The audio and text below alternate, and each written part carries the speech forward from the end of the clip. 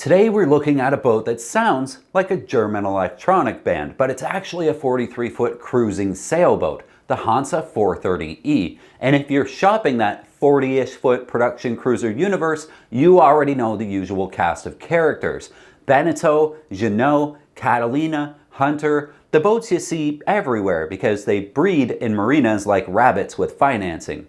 So why would someone zig over to Hanse when the whole dock is zagging?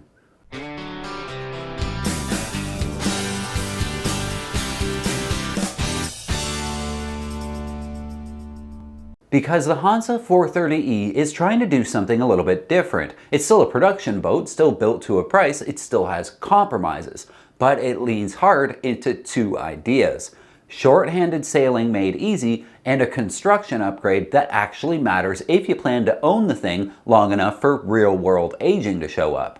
Let's start with the basic size and numbers. This is a 43-foot 8-inch boat overall with a waterline around 39 feet. Beam is 13.9, so it's got some shoulders. Draft on the deep one is 7'3", and the shallow is 5'11" if you pick that shoal draft option. Displacement is in the neighborhood of 24,000 pounds for the standard boat, and this E version is listed lighter, about 23,000 pounds. Ballast around 7,000, sail area is 1,300.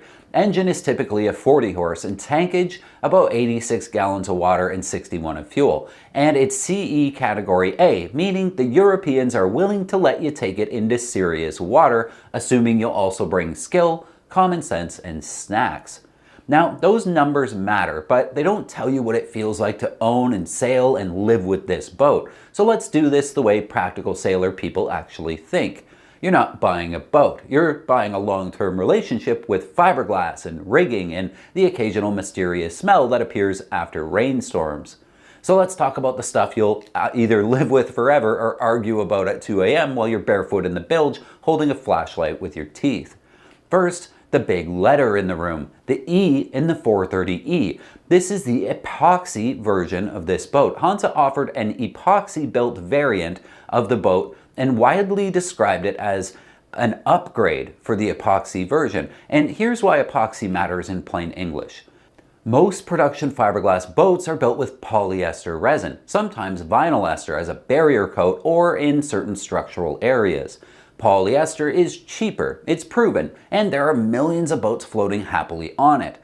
But polyester is also more permeable and more prone over time to the kind of water absorption that can lead to blistering. That's a boat equivalent to your hull getting acne at middle age. It doesn't always mean the boat is dying, but it's annoying, it's expensive, and it makes surveyors pay attention. Epoxy, on the other hand, is generally more water resistant and tends to have better secondary bonding.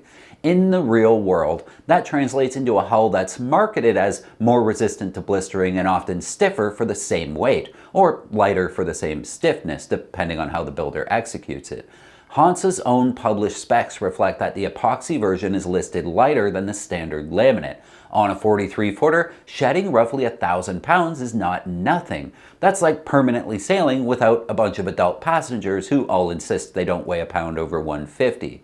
So yes, epoxy can mean a boat that feels a bit more lively under sail. It can also mean long-term less drama with moisture-related laminate issues. But epoxy also comes with one very practical sailor reality check: repairs. If you own an epoxy-built boat and you need fiberglass work, you want the repair to be done with epoxy. Not because the universe will explode if you don't, but because going backward to polyester is like trying to glue a floor tile into a greasy frying pan. Polyester does not reliably bond to cured epoxy the way epoxy bonds to, well, everything, including mistakes. So the E matters in two ways: potential durability and performance advantages, and the fact that your future repairs should be epoxy based. If you're the kind of owner who does your own work, you'll just need to know that before you're standing in a chandlery holding the cheaper resin like it's a coupon for regret. You'll have a long-lasting relationship with West System from now on, and you may as well buy stock. Now, that's the construction hook. Let's move on to why people buy Hanses in the first place. Hanse has a design language all their own, and on the 430E it's pretty clear. Modern hull form, broad stern, twin wheel, open transom vibe, and a deck layout that's trying to make sailing less like a circus act and more like operating a reasonably well-designed machine. It's very German that way. The star of the show is the self-tacking jib on this boat. If you've never lived with a self-tacker, here's the general experience. The old way, tacking goes from you spin the wheel, release the leeward, crank the new sheet, don't fling the winch handle into the drink, to turn the boat and the jib just turns with it. It's the sailing equivalent of switching from a manual transmission in stop-and-go traffic to a modern automatic. Purists will complain, and then they'll sail it and suddenly they're smiling like they just discovered heated seats. The first self-tacker I ever skippered was on the Chessie, coming into a tight section upwind. Instead of firing up the diesel and dousing the sails, we were able to short tack and climb the channel upwind because the jib didn't require any attention at all. It's a pretty cool feeling, especially when you're short-handed. So for couples cruising, for solo sailors, for anyone who spends time in narrow channels, crowded harbors, or just doesn't want every tack to be a cardio event, the self-tacker is genuinely a quality of life upgrade. Now, the trade is you usually give up some sail area and some pointing ability compared to a big overlapping Jenny, depending on conditions and how the rig's set up. But a lot of owners happily take the performance hit for, I can actually do this without yelling at anyone. And that ties into the big why Hanse instead of something else. Because Beneteau and Jeanneau also make excellent boats. They're not bad, they're just optimized for slightly different missions. The French boats in broad strokes tend to lean more into volume and comfort and dealer network and massive model availability. You can buy a Beneteau the way you can buy a Toyota Corolla, anywhere, anytime, and any trim level, with parts and service everywhere. Hanse comes at it with a more German personality, cleaner deck aesthetics, simplified handling, and this general sense of we thought about the workflow. It's less croissant and more torque wrench. But you should always know what that means on the other side of the coin. If you're in North America, the Beneteau and Jeanneau ecosystem is huge. Brokers know them, yards have seen them and worked on them, parts pipelines are wide, and resale can be easier simply because more people recognize the brand and more boats exist for the price comparison.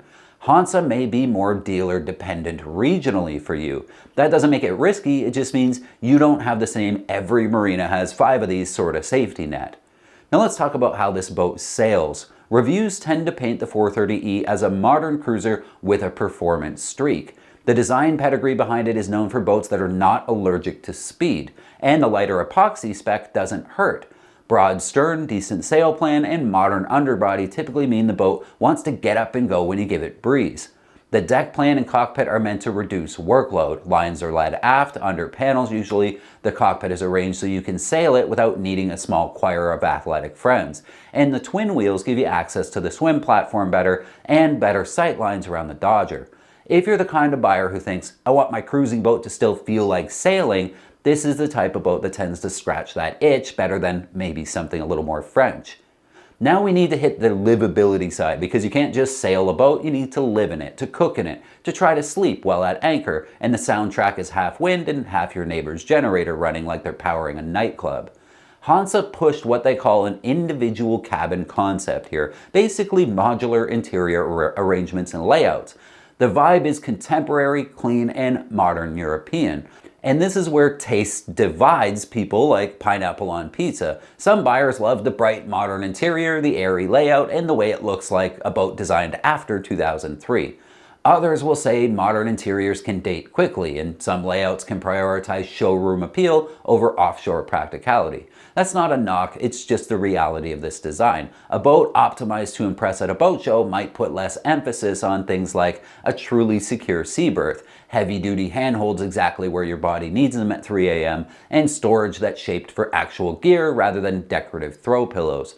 So if your goal is coastal cruising or island hopping or weekends, a couple weeks at a time, occasional longer trips, the Hanse interior concept might be right up your alley. If your goal is to cross oceans and live like a sea turtle, you're going to want to look at the details harder. And speaking of looking harder, let's talk to owners in the forums, because this is where that glossy brochure meets reality.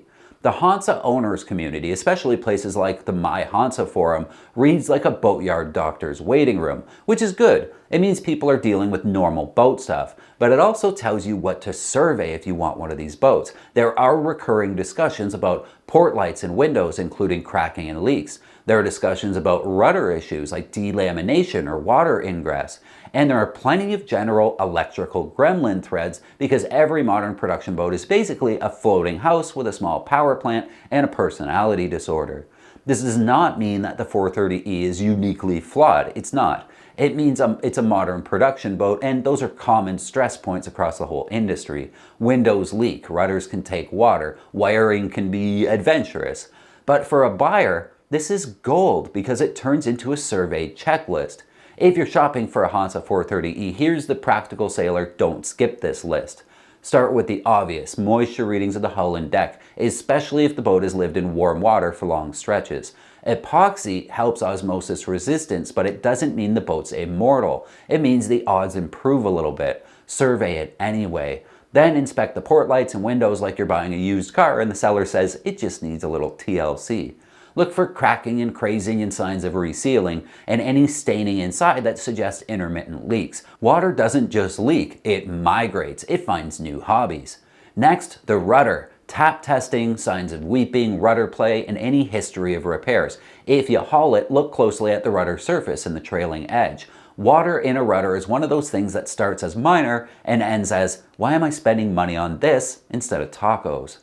Then systems. A 40-plus-year-old cruiser lives and dies by its systems. Refrigeration, plumbing, electrical distribution, battery charging, and all the little convenience items that are fun when they work and infuriating when they don't. Also, this is where Hanse handling philosophy matters. Pay attention to the deck hardware and line runs. A clean deck is lovely until you need to service something that's buried under a cover panel in a place only a yoga instructor can reach. Should you buy a Hanse 430E instead of a Beneteau or Jeanneau? Here's the real talk. Buy the Hanse if you want a boat that's designed to be sailed short-handed without constant winching. The self-tacker is real and it changes the day-to-day experience. If your partner's not into grinding winches, the self-tacker can be the difference between we cruise and we sold the boat. A modern sailing feel, the 430E has the design cues of a performance cruiser, not a dock condo with a mast. If you like the idea of covering miles efficiently, probably quickly, and enjoying that ride, this boat has a reputation for doing that. The epoxy build story, if you're shopping used and you see that E in the brand, it's not just marketing glitter, it's a legitimate construction variant with implications for weight and stiffness and potential blister resistance, plus it tells you how to approach repairs. But maybe don't buy this boat if your priority is the widest North American service and resale ecosystem. Beneteau and Jeanneau have the sheer numbers on that one. That matters when you need parts fast or you want to sell the boat quickly into a bigger pool of familiar buyers. You want a more traditional interior optimized for offshore living in the conservative blue water sense, you might want to go with something else. The Hanse can go offshore, absolutely, but the interior priorities may be more modern cruising than hardcore passage making. That's not a disqualifier, it's just a match the boat to the mission moment. And finally, a word about expectations. No production boat is perfect. They're all a compromise or a series of compromises. The question is whether the compromises on this boat align with your life. Alright, that's the big picture on the Hanse 430E. If you've owned one or sailed one or surveyed one or have strong feelings about this boat, drop it in the comments. Just keep it civil. This is Practical Sailor, not a family reunion. And speaking of family reunions, did you see the article on the website called Keeping Birds Away from Your Boat and Dock? A season-long dock trial reveals that a mix of bird control devices is key to keeping the mess off your boat. This is such a great read for anyone tired of scrubbing their deck every day like I am. I'll leave a link in the description for you guys if you want to check it out. If you like this video, don't forget to give it a thumbs up. It really helps us out, but also it lets YouTube know that you're into sailboat stuff, so it'll show you more of it. How cool is that? And hit subscribe so I can see you again next time.